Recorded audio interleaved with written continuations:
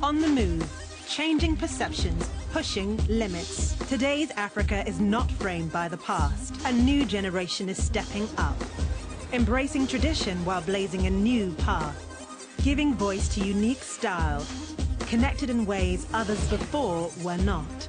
This is where the urban pulse meets creativity and a new culture thrives. This is African Voices.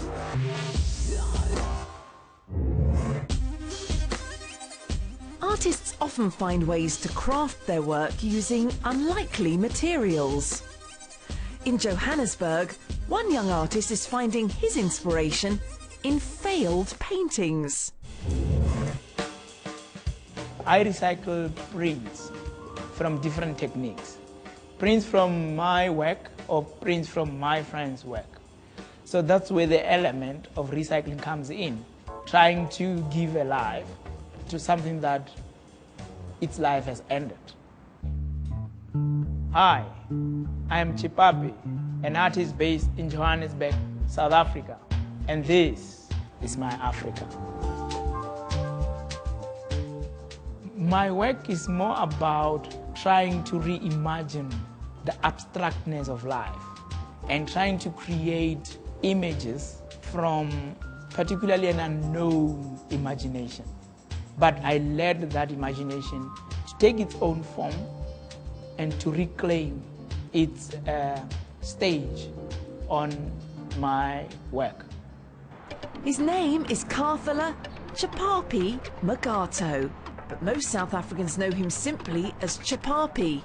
I'm now going to work, and I hope it's going to be a very productive day today. The walk from where I stay to the studio is about 15 minutes walk. On my way to the studio, some days I get inspired by seeing recyclers, people who pick recyclable items from the bins or from the streets. And for me, they epitomize hunger for success, because no matter how many times they do it, they keep doing it.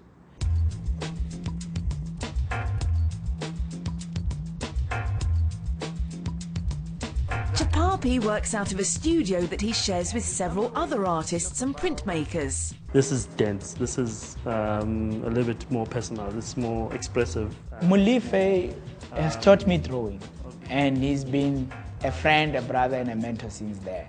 It's fascinating that it speaks about those democratic issues now. His work reflects his thinking. You know, his work reflects his emotions. He reflects the place that he's in right now, Johannesburg 2017. I focused on. He crosses a little bit more genres, because at times he would explore printmaking and then sometimes do collages.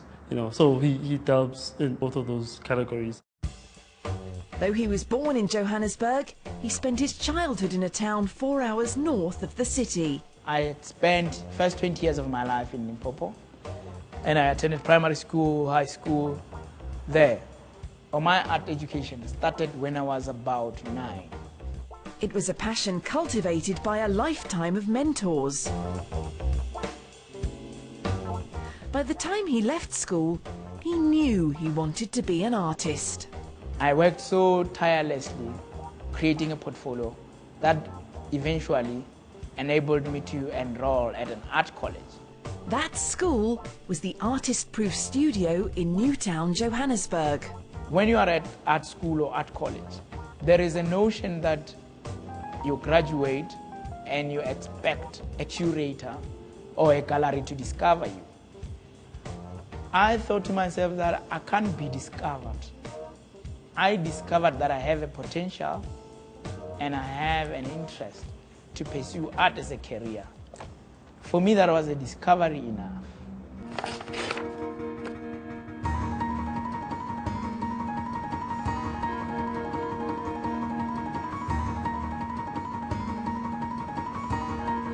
After his first foray into the professional art world was unsuccessful, he decided to curate his own solo exhibition at the Johannesburg City Library in 2013.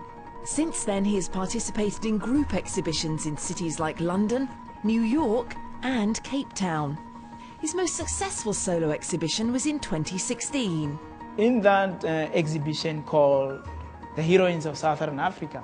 I was trying to say to ourselves that women leadership doesn't start now in the 21st century. It's something that goes back into the history of humankind. The history of humankind has always glorified male leadership. And I ask myself that if the history of humankind glorifies a man, where does it position a woman?